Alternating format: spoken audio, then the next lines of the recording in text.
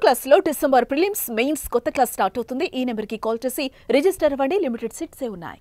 ఆంధ్రప్రదేశ్లో కూటమి ప్రభుత్వం ఎన్నికల్లో ఇచ్చిన హామీలను ఒక్కొక్కటిగా నెరవేరుస్తుంది. త్వరలోనే మరో హామీ అమలుకు సిద్ధమైంది. రాష్ట్రంలో మహిళలు ఎంతగానో ఎదురుచూస్తున్న ఉచిత బస్సు ప్రయాణానికి సర్వం సిద్ధం చేస్తోంది.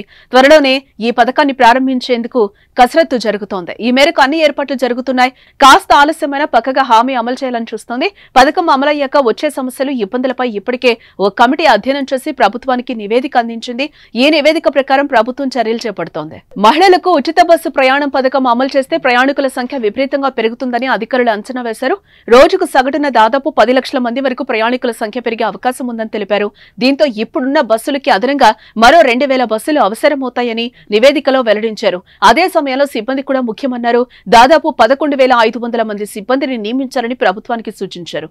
అందులో 5,000 మంది డ్రైవర్లు, మరో 5,000 మంది కండక్టర్లు, 1,500 మంది మెకానిక్లు, ఇలా మొత్తంగా 11,500 మంది సిబ్బంది అవసరం అవుతారని తెలిపారు. అలాగే ఆదాయంపై అంచనా వేసి నివేదికలో పొందుపరిచారు.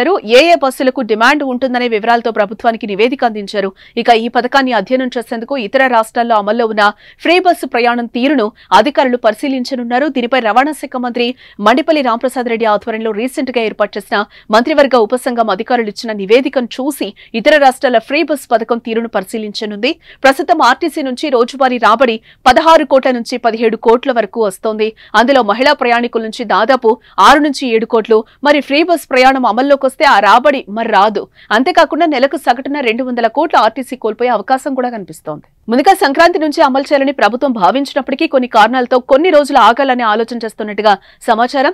సంక్రాంతికి సమయం దగ్గర పడడంతో పథకాన్ని ప్రారంభిస్తే అనుకూలత కన్నా వ్యతిరేకత వచ్చే అవకాశం ఉందన్న అంచనాల్లో ప్రభుత్వం ఉంది.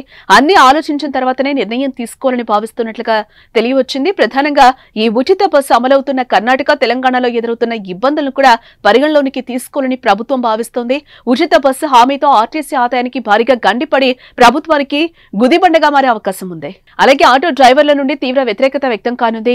ఈ హామీతో బస్సులో ప్రయాణించి పురుషులకు కష్టాలు వెంటాడనున్నాయి. బస్సుల్లో కూర్చోవడానికి కూడా సీట్లు దొరకడం లేదని పురుషులు ఆవేదన వ్యక్తం చేయడం తెలంగాణ, కర్ణాటకలో అయితే మనం చూస్తూ ఉన్నాం. అలాగే ప్రభుత్వానికి కమిటీ నివేదిక ఇచ్చిన ప్రకారం కొత్త బస్సులను కొనుగోలు చేయాల్సింది. వీటన్నింటినీ దృష్టిలో పెట్టుకుని ప్రత్యామ్నాయ మార్గాలను చూసిన తర్వాతనే మహిళలకు ఉచిత బస్సు ప్రయాణం అమలు చేయాలని ముఖ్యమంత్రి చంద్రబాబు నాయుడు భావిస్తున్నారని చర్చ అయితే జరుగుతోంది. మరి చూడాలి, ఉచిత బస్సు పథకం సంక్రాంతికి అమలవుతుందో లేదా లేటెస్ట్ గా వస్తుందో. మరి ఈ పథకంపై మీ అభిప్రాయాన్ని కామెంట్ చేయండి.